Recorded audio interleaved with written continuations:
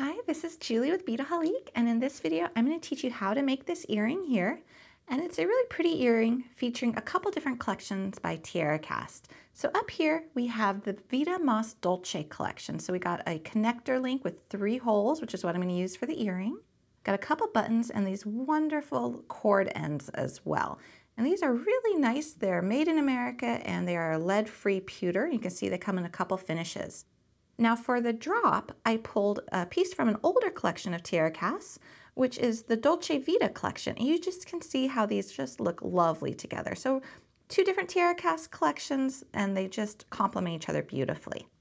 And then also to complement it, I'm going to be using a Dakota stone. So you see I have this ear wire right here. Now it goes by a couple different names, sometimes unfinished earring hook, ear wire, beadable, add a bead. And essentially we are going to add a pretty little Dakota stone gemstone to it. And before I actually construct this piece, I want to show you just a variety of the Dakota stones available at Beadaholique.com, so you can really see you could take your piece and really pair it with some wonderful colors of these gemstones. So that's quite fun, and they are available in bigger sizes too. I just want to show you how nice they look together. I really think these particular collections of TierraCast and the Dakota stones just go lovely together. Just so pretty, so many design ideas. Let's make our earring. So what we're gonna do first is cut our lengths of chain. Now you can use a ruler or you can count links. Now I counted links for my first one, so I'm gonna do the same for my second.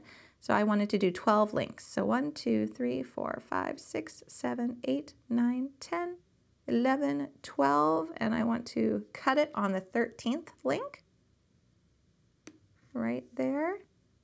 Now I'm going to show you a quick tip so you don't have to recount another 12. If you've got a head pin or an eye pin laying around, go ahead and place it through that end chain link and then the other remaining length of chain you have. So we're going to line these up. So they're going to be dangling in front of me here. And I know I'm going to block the camera view for a moment, but I'm just going to line them up and see where they match and then cut the link. And you can do that for any length of chain you want to measure, and especially if, say, you're making chain tassels or something, that's really a handy little tip and trick. Next, let's go ahead and complete our ear wire. So we have this little 4mm impression Jasper gemstone. And I have a gunmetal color ear wire here. I am mixing gunmetal with antique silver chain. I think it still looks really nice together. And what I like too about using an earring hook like this is you get to choose how you want to orient the little loop. So I want the loop facing out so that I can put my chain on it easily. So I'm going to take my pair of wire looping pliers, which have a round nose and a concave nose, and I'm just going to actually grab the tip, squeeze it, make a loop, keep making my loop, and now I'm going to go in because I want it centered and just bend it back. We're going to straighten that up with our chain nose. So we've just finished our earring hook, and now I want to add the chains to it. So I'm going to open up that little loop I just made and slip on the end chain link to both of my cut lengths of chain. There we go, and close it back up like so. And we've got that ready to go. Now I want to connect my 2 pieces. I do want to show you the front and the back of these. They're very, very pretty. And they are a nice solid metal, but they're not too heavy. So I don't have any qualms about combining 2 pieces of metal for an earring in this case. And the jump rings I'm going to use are little oval jump rings. They're 4mm by 3mm. They are gunmetal, and they come already open for me, which is something you don't see too often in jump rings, but actually it's kind of cool that it saves me a step. So I'm just going to take that little open jump ring. So you often find, I should clarify, you find jump rings that are open in the fact that they have that slit in it and they're not soldered all the way around, but you don't actually usually find them in the open position. And that's what these are, and it is actually nice and handy. Okay, so I've got that on there. I'm just going to close up my jump ring.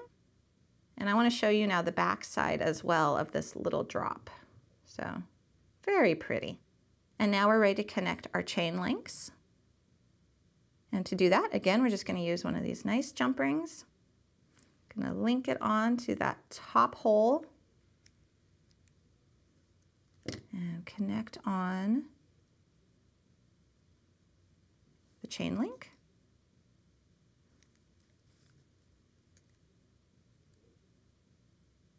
Close it back up. And do the same to the other side, and then we are done. So a really quick and easy earring. I think you can create a lot of different variations of this. You can use, of course, different colors of the gemstones.